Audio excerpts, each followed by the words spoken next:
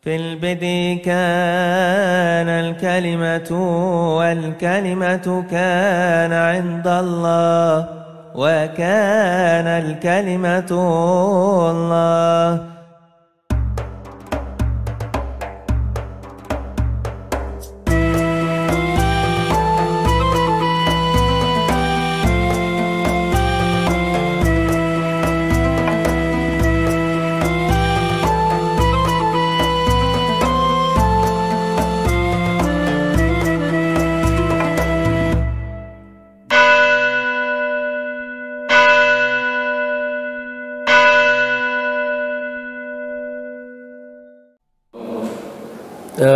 Mata kuliah kita misi dan dialog ini adalah bagian yang penting sebetulnya di dalam hubungan tidak hanya gereja tetapi juga gereja dengan agama-agama lain. Tatkala kita bicara tentang dialog itu tentu bukan hanya dialog intern antar gereja tetapi juga dialog dengan agama-agama lain. Nah, sementara di dalam agama itu ada unsur misi.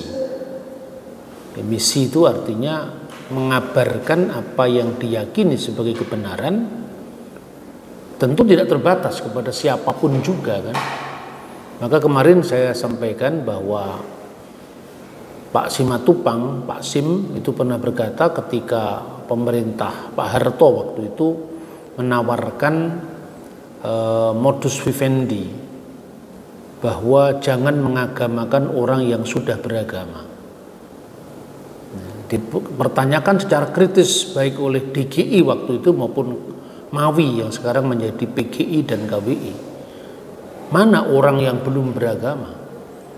Sebab setiap getar spiritualitas yang muncul dalam dada setiap insan yang menyadari tentang adanya the supreme being itu adalah agama.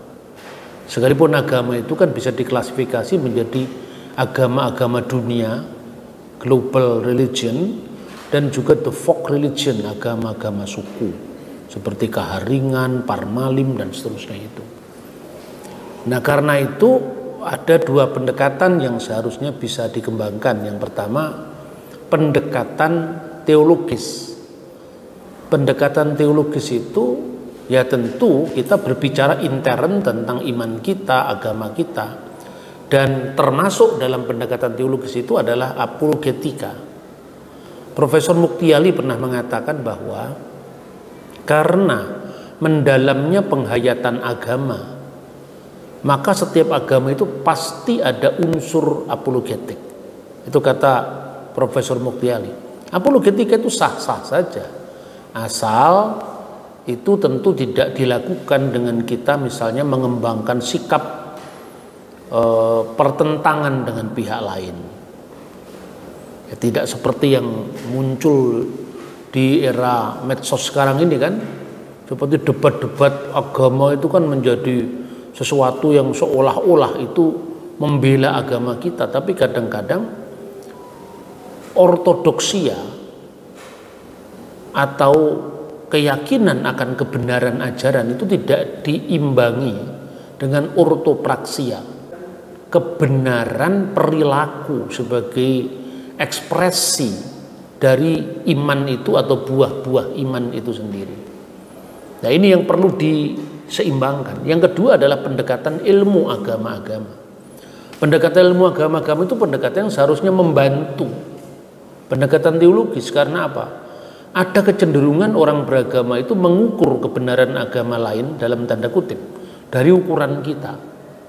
Nah, makanya kadang-kadang itu juga menjadi salah satu sumber dari kesalahpahaman antar agama, sehingga Profesor Muktiali dalam bukunya Ilmu Perbandingan Agama itu sudah dari awal sebetulnya menggariskan semacam metodologi bahwa tulisan-tulisan polemik itu tidak sejalan dengan semangat dialog yang membangun saling pengertian satu sama lain. Lalu kalau demikian, di manakah kita menempatkan perjuangan atau apapun, militansi atau apapun tentang kebenaran iman kita terhadap atau dibandingkan dengan agama-agama lain. Ya itulah yang dibahas di dalam studi yang namanya Comparative Study of Religion, studi perbandingan agama. Meskipun studi ini seringkali menjadi studi pertandingan agama, ya kan, bukan lagi Comparative Study of Religion, tapi kemudian menjadi dihadap-hadapkan untuk mencari kelemahan agama lain. Dan ini tentu bukan pendekatan yang baik dan pendekatan yang dewasa serta terbuka. Nah, akhir-akhir ini muncul di kontroversi di dunia medsos itu ketika Dr. Ruben Adi Abraham, ya, itu ketua sinode gereja GBI, ceramahnya itu dipotong yang intinya bahwa apologet Kristen itu preman rohani, marahlah banyak orang. Tapi itu hasil karena potongan video, seolah-olah bahwa iman Kristen itu yang disalahpahami dari pembicaraan Pak Abraham ini seolah-olah tidak mengenal yang namanya apologetika. Sekali lagi saya katakan, sebetulnya pemotongan video seperti ini tentu tindakan yang tidak bertanggung jawab.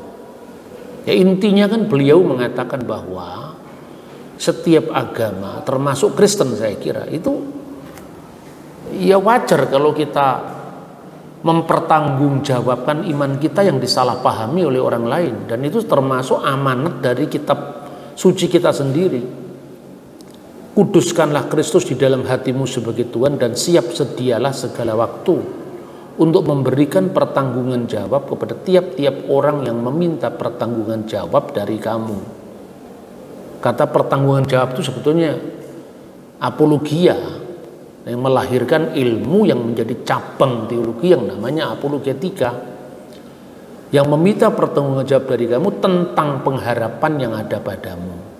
Tetapi semuanya itu hendak dilakukan dengan lemah lembut dan hormat dan hati nurani yang murni, agar orang yang memfitnah kamu karena hidupmu yang saleh dalam Kristus menjadi malu karena fitnahan mereka itu.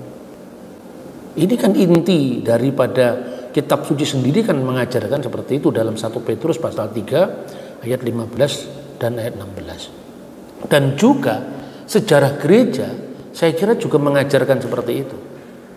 Misalnya ya, catatan paling awal tentang sejarah gereja itu konon menurut tulisan-tulisan para bapak gereja, itu generasi awal yang katanya termasuk 70 rasul Kristus yang tidak disebutkan namanya di dalam Alkitab, yaitu yang bernama Alkitis Quadratus. Dan itu disaksikan baik itu dalam bukunya Eusebius dari Kaisarea, misalnya Historia Ecclesiastica. Jadi Historia Ecclesiastica 4 itu disebutkan bagaimana Quadratus ini mempertanggungjawabkan imannya ketika iman Kristen disalahpahami. Lalu dicatat di sana. Tapi karya-karya juru selamat kita selalu hadir. Karena itu peristiwa nyata. Jadi dia menunjukkan bahwa ketika iman Kristen disalahpahami, maka karya juru selamat masih bisa disaksikan pada zamannya. Siapa mereka yang menjadi bukti bahwa Yesus itu hidup? Katanya Quadratus, mereka yang disembuhkan dan orang-orang yang dibangkitkan dari kematian terlihat masih bisa disaksikan, tidak hanya ketika mereka sembuh dan mereka dewasa iman, tetapi juga selalu hadir. Dan bukan hanya sementara sang juru selamat ketika hidup di bumi, tetapi juga setelah Paskahnya. Saksi-saksi mata itu sebagian masih hidup selama beberapa waktu, hingga beberapa dari mereka hidup sampai zaman kita. Jadi pada zamannya Quadratus, itu kira-kira wafat tahun 120-an, 129 atau 127. Itu sebagian orang-orang yang di Yudea yang pernah dibangkitkan Yesus itu masih hidup di zamannya Quadratus. Nah, itu bukti dari sudut keajaiban yang dilakukan oleh Sang Kristus yang meneguhkan ketika iman Kristen disalahpahami. Dan itu juga ditulis dalam dokumen gereja yang namanya The Apostolic Fathers.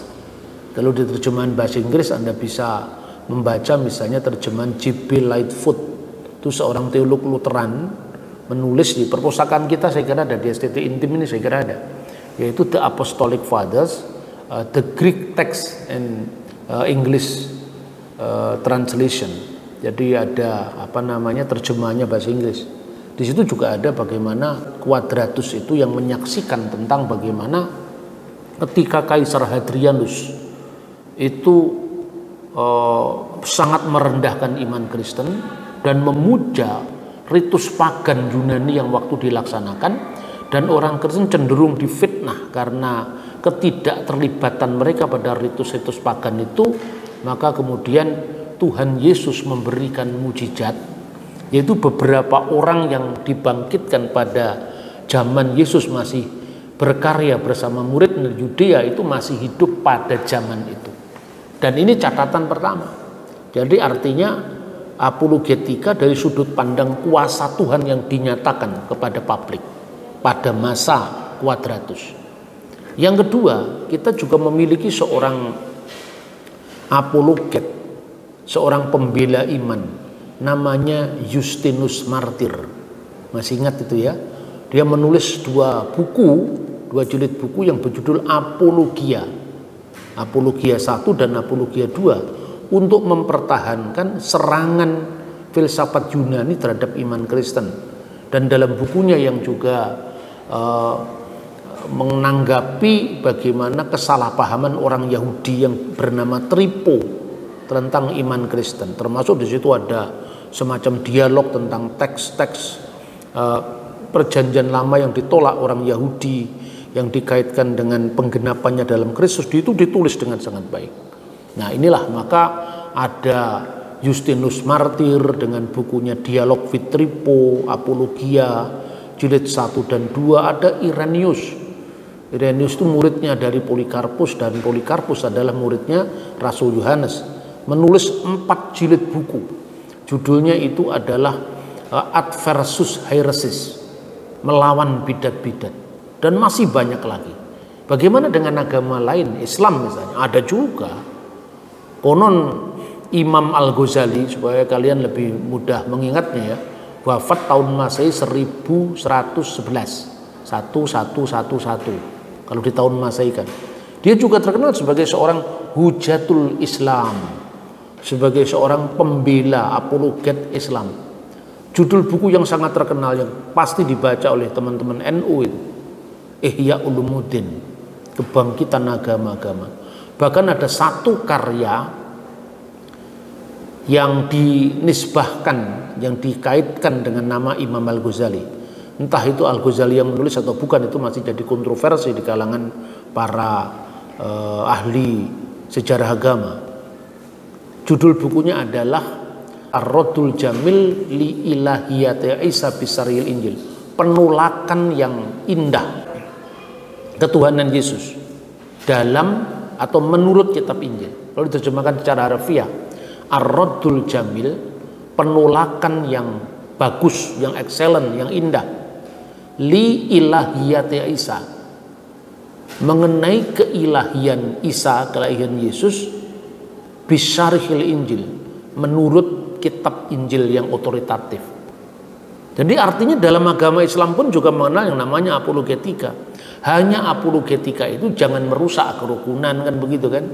Kadang-kadang kita ini membayangkan bahwa para apologet Kristen itu membayangkan diri dengan misalnya masa-masa ketika gereja konfrontasi dengan kelompok pagan, itu berbeda lah, situasinya berbeda. Ini kan zaman dimana antaragama itu mesti meninggalkan semangat-semangat euphoria tentang pengkutub-kutupan di zaman yang dahulu, tapi ini era keterbukaan. Banyak cara untuk memberitakan Injil itu dengan cara yang lebih baik, lebih santun, seperti yang dikatakan dalam kitab suci tadi, lemah lembut, hormat, dan dengan hati nurani yang murni. Jadi intinya dakwah atau misi tidak perlu dipertentangkan dengan dialog.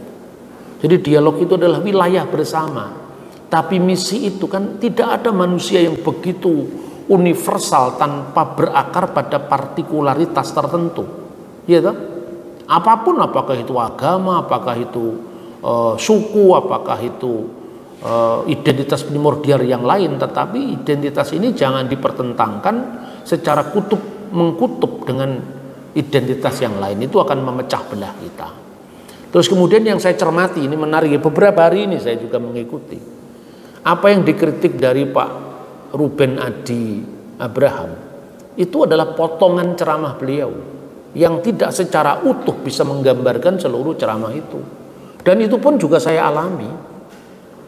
Ya, saya itu menjadi YouTuber dalam tanda kutip itu bukan tujuan saya, itu kecelakaan sejarah, karena gara-gara orang-orang Kristen juga memotongi ceramah-ceramah saya dan kemudian diberi judul bombastis, dipertentangkan dengan Islam. Itu bukan semangat yang pernah saya lakukan sejak awal pelayanan saya ketika saya mendirikan pusat kajian yang dinamakan Institute for Syriac Culture Studies. Itu tidak ada di sana kamus debat-debat teologis, itu tidak ada. Kami ini orang timur, kita ini orang timur yang segala sesuatu itu bisa dilakukan dengan dialog yang lebih lebih terbuka, tapi di pihak lain juga mengertilah perasaan orang lain. Ya, simbol-simbol yang suci dari agama lain itu jangan kemudian kita lecehkan tanpa kita sadar. Tapi ya memang saya juga paham lah kadang-kadang teman-teman yang terlalu bersemangat di dalam apologetika itu karena reaksi dari tayangan-tayangan yang memang memojokkan iman Kristen ya. Jadi itu jahat sekali memang ya. Tapi masa kita membalas kejahatan dengan kejahatan? Kita harus melihat dengan santun toh, lemah lembut, hormat, dan dengan hati nurani yang murni. Jadi saya contohkan misalnya, saya itu diminta untuk memberi kuliah umum di IAIN Salatiga. Dan itu berkat karena pertemuan saya kembali dengan teman saya lama yang dulu sering ketemu di Yayasan Wakuf Paramadina yang dipimpin oleh Cak Nur Kolis Majid. Saya sering memberikan kuliah tamu di sana atau studium general di sana. Kemudian beliau sering ketemu sama saya, namanya Profesor Dr. Mahmud Jailani. Lalu ketika saya memberi kuliah di Fakultas Teologi Universitas Kristen Satya Wacana, ketemu beliau lagi. Lalu sampaikan, Pak Bambang nanti mampir ya di IAIN, karena teman lama. Dan karena keterbukaan yang dibangun karena persahabatan itu kan melebihi daripada saling memaki karena kita berbeda iman. Kan itu bukan suasana Indonesia yang seperti itu. Bahkan di Anda bisa saksikanlah di tayangan YouTube saya itu ada tiga edisi ya, ada 3 volume. Yang pertama, lalu bagian kedua, bagian ketiga. Bagian ketiga itu tanya jawabnya. Itu saya sampaikan di sana. Bahkan ketika saya masuk ke kampus IAIN itu disambut dengan sangat ramah. Dipasang spanduk selamat datang untuk saya. Lalu problematika Injil Barnabas, semangatnya luar biasa. Bahwa Injil Barnabas itu adalah publikasi palsu dari abad 16. Wong ditulisnya aja pakai bahasa Italia yang tidak ada pada zaman Yesus gitu. Kalau jelas ini adalah dokumentasi palsu, ya jangan digunakan untuk dialog. Disampaikan kepada mahasiswa dengan sangat terbuka. Ini udah tahu dokumentasi palsu, kenapa kita pakai dalam dialog? Lalu saya jelaskan kepalsuannya di mana. Ya, bahkan ada yang nanya kenapa Kristen menolak Nabi Muhammad dan sebagainya. Ya saya bilang, ya Muhammad itu nabi, nabinya umat Islam, bukan nabi umat Kristen. Jadi bahasa-bahasa saya kan bahasa-bahasa dialog, bukan bahasa nabimu palsu, nabi saya yang paling bener lah. Palsu ndak palsu itu kan bahasa dalam tanda kutip ya bahasa preman kalau ini memang. Ya kan, kalau bahasa akademisnya ndak begitulah. Palsu bagi kita, bagi orang lain kan tidak. Maka kadang-kadang juga orang mengkritik saya, kenapa Pak Bambang itu kalau dialog kok sepertinya kompromi. Siapa yang kompromi? Ketika saya mengatakan Nabi Muhammad dengan nada hormat, itu artinya menghormati umat Islam yang memang sangat menghormati Nabi Muhammad. Saya menyebutnya dengan Sallallahu Alaihi Wasallam. Kan tidak berarti bahwa Nabi saya ganti dengan Nabi Muhammad kan? Karena definisi kenabian sendiri dalam agama-agama Semitik itu belum sama. Definisi Nabi dan Rasul dalam Islam itu belum sama dengan definisi nabi dan rasul dalam iman Kristen gitu loh. Ini yang dibangun, agree in disagreement, setuju dalam ketidaksetujuan, dalam semangat saling berbagi. Soal kebenaran itu kan Roh Kudus yang menentukan, atau kalau orang Islam menyebut itu hidayah kan itu kan. Nah kira-kira seperti itu. Itu ya tega-teganya ada situs Kristen yang memberi judul Bambang Nursena membungkam atau menyumbat mulut profesor di IAIN. Itu kan bahasa yang segini masa nggak mau disebut preman. Jadi saya bukan artinya mau menajam-najamkan pertentangan itu, enggak. Saya hanya mengatakan apa yang dikatakan oleh Pak Ruben Adi itu adalah peringatan bagi kita bahwa beragama itu mesti santun, beragama itu mesti menghormati keberadaan yang lain. Jadi bagi saya itu juga merupakan peringatan bagi semua orang. Bisa jadi saya juga suatu saat melakukan misalnya kekilafan, diingatkan oleh orang lain, tidak usah marah. Ya kita introspeksi saja, apakah di kalangan Kristen tidak ada bahasa-bahasa yang keras menyerangi? Ada juga, Islam juga ada. Tapi ketika orang lain melakukan itu, ya kita jangan melakukan hal yang sama. Saya kira itu ya, itu yang saya sampaikan tentang beberapa tema atau kasus mengenai kajian atau tema kuliah kita antara misi dan dialog ya. Jadi itu bukan sesuatu yang harus dipertentangkan, tapi ada di ranah masing-masing.